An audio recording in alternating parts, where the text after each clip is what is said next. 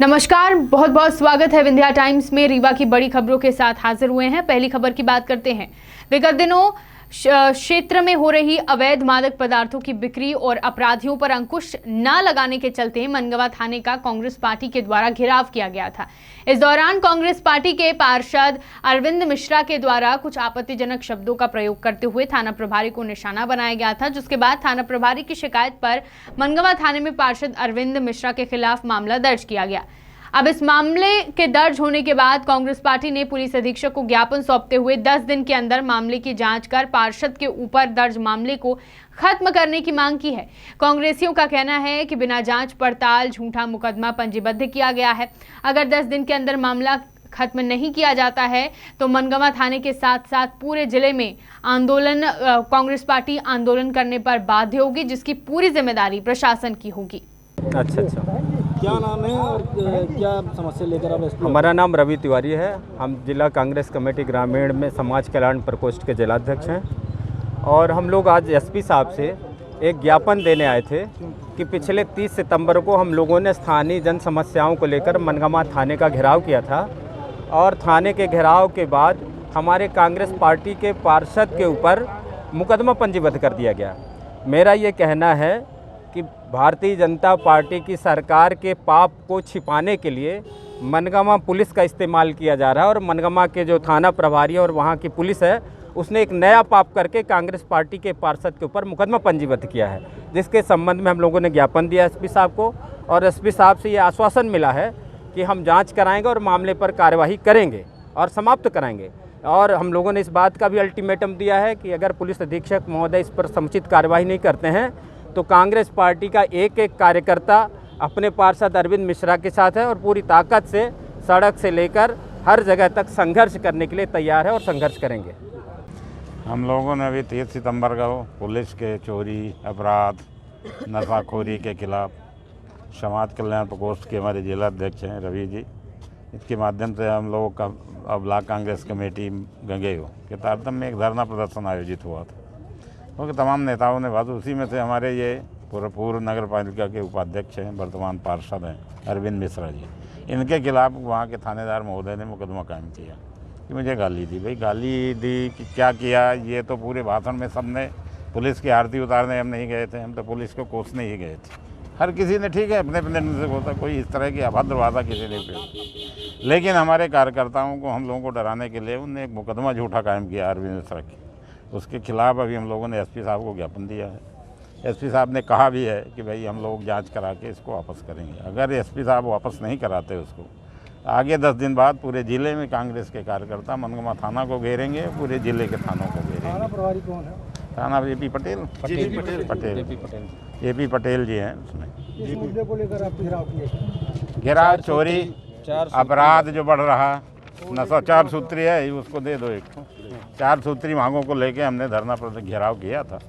उसके मामले में चोरी है, अपराध है जो बढ़ रहा है, लूट, अवैध मादक पदार्थ और आवारा मवेशी, आवारा पशुओं के कारण जो किसानों का नुकसान होता है, जो आए दिन रोड पे एक्सीडेंट होता है, इसके चलते हम लोगों ने उसमें धरना प्रदर्शन का आयोजन किया था। यानी थाना प्रभारी नाकाम साबित हो रहे हैं? नाकाम है ही हैं। अब वो अपनी नाकामी छुपाने के लिए हमारे कार्यकर्ताओं के ऊपर मुकदमा कायम करेंगे, टेरर पैदा करेंगे, हम थाने का घेराव न करें।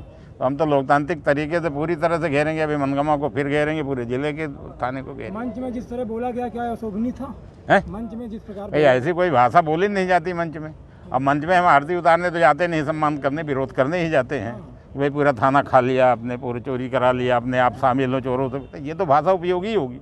ये तो लोकतांत्रिक तरीके का विरोध है। ये तो हम लोग विरोधी नेताओं को भी कहते हैं, मंत्री को, मुख्यमंत्री को भी कहते हैं कि सब बेच लिया शिवराज सिंह ने, सब बेच लिया राजेंद्र शुक्ला ने, पूरा रीवा खा लिया। तो ये तो राजनीतिक विरोध होगा ही लोकतांत्रिक तरीके का। दूसरी खबर की बात करते हैं। रीवा के श्यामशाह मेडिकल कॉलेज के हॉस्टल में रैगिंग का मामला सामने आया है। जानकारी के मुताबिक फर्स्ट ईयर के छात्र ने रैगिंग की शिकायत की है। शिकायत के आधार पर महाविद्यालय प्रबंधन ने इंक्वायरी कमेटी बनाई, जिसके बाद पूरे मामले पर कमेटी जांच करेगी और इसके बाद एंटी रैगिंग सेल तक ये मामला पहुंचेगा और फिर कार्रवाई होगी। आपको बता दें कि छात्र ने रैगिंग हेल्पलाइन नंबर पर कंप्लेंट की, जिसके बाद मेडिकल कॉलेज के डीन तक ये पूरा मामला पहुंचा और डीन ने जांच के निर्देश दिए हैं। रैगिंग का मामला है, क्या है पूरी घटना, किस प्रकार का मामला है ये? क्या देखिए 29 या 30 तारीख को हमारे जो अधिष्ठाता हैं उनके पास में एक मेल आया ऊपर से, जिसमें ये कहा गया और बाद में फ़ोन भी आया कि उन्होंने एक मेल किया है जिसमें रैगिंग की शिकायत हुई है नेशनल सेल पे, जो हेल्पलाइन सेल होती है एंटी रैगिंग पे, उस पर। तो उस पर उन्होंने बताया कि ये शिकायत हम आपको भेज रहे हैं। वो मेल प्राप्त हुआ है डीन साहब के यहाँ और उस पर उन्होंने कहा कि आप कार्रवाई करके अपना प्रतिवेदन दें हमें। तो डीन साहब ने उस पर एक इंक्वायरी कमेटी बनाई है जो हॉस्टल में सीनियर प्रोफेसर्स हैं, 2 हमारे कॉलेज के हॉस्टल में वार्डन और असिस्टेंट वार्डन हैं, डॉक्टर आदेश पाटीदार और डॉक्टर एक और भी डॉक्टर परमार। ये दोनों उसकी जांच करेंगे और उसको जांच करके उसका प्रतिवेदन सौंपेंगे। फिर उसके बाद वो एंटी रैगिंग सेल में जाएगा और जो भी वो निर्णय होगा आगे कार्रवाई होगी। ये ऐसी शिकायत प्राप्त हुई है, ये बात सही है। ये किस ईयर के छात्र थे जिनके साथ फर्स्ट ईयर के किसी छात्र ने शिकायत की है और ऊपर के अपने सीनियर बैच के 2-3 बच्चों का नाम उसमें नामजद शिकायत है ये। तो ये शिकायत अब चूँकि अभी आदेश हो गए हैं जांच के, अब ये जांच का विषय है। पहले वो अपनी प्रक्रिया पूरी करेंगे, बयान लेंगे, उन लोगों के पूछेंगे पाछेंगे, जैसे भी करेंगे। और उसके बाद भी ऐसे मामले नहीं, देखिए इसके पहले जब ये बात आई सामने तो ये बातचीत डिस्कशन में पता लगा कि इसके पहले अभी 4-6 महीने पहले एक गुमनाम शिकायत हुई थी और उस पर भी कार्रवाई हुई थी। उस पर जाके सब लोगों से, जितने भी बच्चे फर्स्ट ईयर के थे उनसे हमारे यहाँ के वरिष्ठ प्राध्यापकों ने अलग अलग पूछताछ करके बताया था कि यदि कोई तुम्हारी कोई रैगिंग लेता है तो बताओ। वो गुमनाम शिकायत थी, किसी जूनियर ने किसी सीनियर के खिलाफ की थी, ना इधर का कोई नाम था ना इधर का कोई नाम था। जब पूछा गया अलग अलग बुला के, तब भी किसी ने व्यक्तिगत रूप से कभी भी उसमें ऐसा शिकायत नहीं की। इस वजह से उस पर कोई कार्रवाई तब नहीं की थी क्योंकि कोई बात आई नहीं थी सामने। पर अब ये दोबारा हुआ है, इसमें तो कार्रवाई, चूँकि अब ये प्रशासन ने बहुत गंभीरता से लिया है इसको, हमारे महाविद्यालय प्रशासन ने।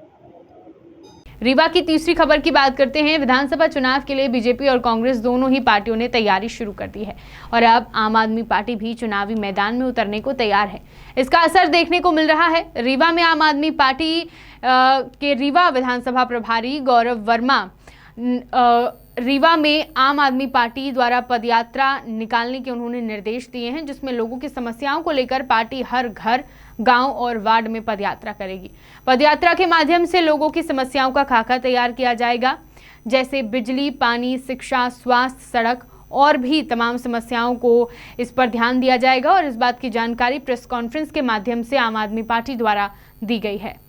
प्रेस कॉन्फ्रेंस का आयोजन किया जी, ये आम आदमी पार्टी रीवा विधानसभा के लिए प्रेस कॉन्फ्रेंस का आयोजित किया गया है। जैसा कि अभी आपको जानकारी दी गई, रीवा विधानसभा में जो स्थिति है, रीवा में हम सब उसको जानते हैं। बिजली, पानी, शिक्षा, स्वास्थ्य और सुरक्षा को लेकर जो परिस्थितियां हैं, उसको लेके मैं और रीवा विधानसभा प्रभारी गौरव वर्मा और पूरी हमारी विधानसभा समिति पदयात्रा निकालेगी। पूरे रीवा में गांव-गांव, घर-घर जाएगी। इन स्थानीय मुद्दों पे लोगों से चर्चा करेगी, उनकी समस्याओं पे लोगों से जुड़ेगी और इसमें लोगों की समस्याओं को उठाएगी, आवाज़ उठाएगी और उस पर एक आंदोलन करेगी। रीवा में जो व्यापक भ्रष्टाचार है, समदड़िया के जो मुद्दे हैं, जो जिसके बारे में हम सब जानते हैं, जिनको ठंडे बस्तों में डाल दिया गया है, इन सब के विरुद्ध आवाज़ उठाएगी। जो सारे भ्रष्टाचार के मुद्दे हैं उनको उठाएगी और ये पदयात्रा लगातार चलेगी, जिसकी तैयारी अभी हमने चालू कर दी है। आम आदमी पार्टी निर्णायक रूप में पूरे देश में एक आंदोलन के रूप में फैल चुकी है, एक वैकल्पिक राजनीति के रूप में। और बिजली, पानी, शिक्षा के जो वैकल्पिक जो नई राजनीति शुरू की, इन मुद्दों की आम आदमी पार्टी ने लाई है। ये मॉडल हम लोगों के सामने रखेंगे कि हमने ये करके दिखाया है। जैसे कि मध्य प्रदेश से बिजली दिल्ली में खरीदी जाती है और सस्ते दामों में दी जाती है। तो ये हम लोगों के सामने रखेंगे कि यहाँ ये चीज़ क्यों है, क्यों शैक्षणिक क्रांति जो दिल्ली में लाई गई है, क्या वो यहाँ नहीं आ सकती, क्या है गाँव-गाँव में ग्राम क्लिनिक नहीं खुल सकती। ये हम लोगों के सामने रखेंगे बात और इस पर हम चर्चा करेंगे। इसी के दौरान हमारे साथ पुराने साथी नितेश शुक्ला जी हैं। इन्होंने अभी 1 महीने पहले हमारे संगठन मंत्री जिला के महर्षि सिंह जी हैं, उनके मार्गदर्शन में जो जिला समिति के सामने प्रस्ताव रखा वार्ड कमेटी आयोजन का, उस यात्रा के साथ घर घर जोड़ो एक कार्यक्रम के तहत संगठन निर्माण का कार्यक्रम होगा। घर घर जोड़ो में संगठन निर्माण में किस तरह ये एक संगठन को जोड़ेंगे, एक इसी यात्रा के दौरान पूरा संगठन निर्माण भी होगा। ये लगातार कार्यक्रम चलेगा, जिसमें पूरी रीवा विधानसभा समिति, नगर अध्यक्ष रंजित गुप्ता जी, हमारे नगर महापौर प्रत्याशी भी जुड़ेंगे। सभी लोग साथ मिलके एक पूरी ताकत के साथ इस पदयात्रा के क्या क्या मुद्दे? हमारी पदयात्रा के मुद्दे यही हैं कि ये जो रीवा में जो स्थितियां हैं, जो शिक्षा की स्थिति है, युवाओं के पास रोजगार नहीं है, युवा नशे में झोंक दिया जा रहा है, जो अस्पताल की स्थितियां है, जो सारा पैसा रीवा में भ्रष्टाचार में झोंका जा रहा है। रीवा को विकास के नाम पे कहा जा रहा है कि विकास पुरुष है यहाँ के, लेकिन रीवा के विकास की स्थिति क्या है? क्यों यहाँ पे रोजगार नहीं है? क्यों नौकरी नहीं है? क्यों हमारे लोगों को बाहर जाना पड़ता है? हम विकेंद्रीकरण की राजनीति मध्य प्रदेश में रीवा में आम आदमी पार्टी लाएगी। अगर आम आदमी पार्टी आती है तो यहाँ के लोगों को बाहर नौकरी के लिए नहीं जाना पड़ेगा। यहाँ के जो यहाँ कंपनी डालेगा उसको यहाँ के लोगों को, स्थानीय लोगों को नौकरी देनी पड़ेगी। ये शर्त उसको पालन करनी पड़ेगी। ये आम आदमी पार्टी के मुद्दे हम लोगों को जाके बताएंगे कि भाई जब यहाँ कंपनी डाल रहे तो यहाँ के लोगों को नौकरी क्यों नहीं दे रहे। ये पदयात्रा कहाँ से और कहाँ तक निकलेगी? इसका हम अभी पूरी विधानसभा समिति, आज हमने इसका खाका तैयार करेंगे। विधानसभा समिति पूरी बैठेगी। हमारे नगर अध्यक्ष हैं रंजन गुप्ता जी, पुराने हमारे साथी, वो साथ में बैठेंगे। हमारे अभी महापौर का चुनाव लड़ चुके हैं दीपक भाई, वो बैठेंगे। ये सब हम पूरी तैयारी के साथ निकलेंगे और हमारे युवा साथी नितेश शुक्ला जी इस बारे में बताएंगे। ये पूरा इसका संगठन निर्माण इसके साथ करेंगे। तो जो अभी तक 10 साल तक हमारी पार्टी ने काम किया है यहाँ रीवा में, उसका एकीकरण होगा। पुराने नए साथी मिला के एक ताकतवर टीम मिलाई जाएगी और हम पूरी ताकत से विधानसभा चुनाव रीवा में उतरेंगे, सबको मिला। हम डेवलप करेंगे एक संगठन के तौर पर, है ना। तो संगठन को हम 3 पॉइंट में आपको समझाएंगे। पहले हम लोग हर वार्ड के अंदर, चूँकि रीवा विधानसभा में 45 वार्ड होते हैं और कुछ ग्राम पंचायतें भी हैं, तो हर वार्ड में हम 10 एक्टिव मेंबर तैयार करेंगे जो कि वार्ड की एक कमेटी कही जाएगी। ऐसे ही हम हर ग्राम पंचायत में भी 10-10 लोगों की, सक्रिय लोगों की एक समिति बनाएगी जो कि पंचायत समिति होगी और वार्डों में वार्ड समिति होगी। फिर हम उन लोगों के साथ बैठेंगे और बैठकर एक व्यक्ति को हम 10-10 लोगों को, सक्रिय लोगों को पार्टी के साथ जोड़ने के लिए एक जिम्मेदारी देंगे। इस तरीके से हम हर वार्ड के अंदर अगर एक व्यक्ति 10-10 लोगों को, सक्रिय लोगों को जोड़ता है तो कुल मिला के एक वार्ड में हमारे पास 100 सक्रिय सदस्य हो जाएंगे।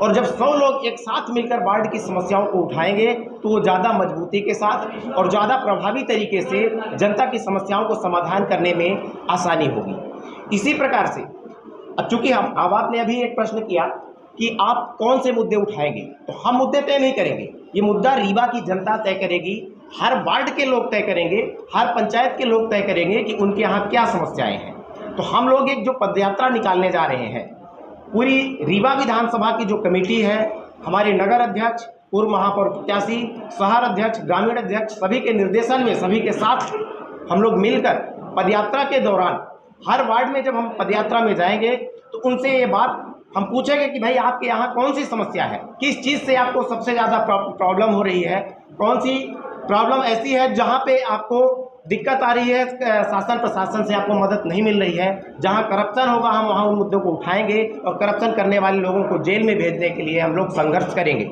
रीवा में विधानसभा चूँकि एक बहुत बड़ी विधानसभा है और यहाँ काफ़ी संख्या में मतदाता हैं, तो उन लोगों को एक कॉमन हम एजेंडा बनाएंगे पूरे रीवा विधानसभा के लिए, और कॉमन 10 सूत्री हम एजेंडा तैयार करने जा रहे हैं जो कि रीवा के हर व्यक्ति से, हर मतदाता से पूछकर हम तैयार करेंगे। विशेष रूप से 2 मुद्दे रीवा में बहुत महत्वपूर्ण हैं जिनको आप सभी लोग भी संज्ञान में लेना चाहिए और होगा ही।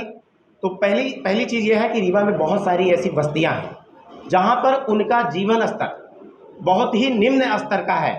निम्न स्तर का इन द सेंस, ना तो उनके पास पानी है, ना तो शुद्ध बिजली मिल पाती है उनको ठीक से, ना वहाँ पर स्वास्थ्य कोई सुविधा है, ना उनके पास घर है रहने के लिए।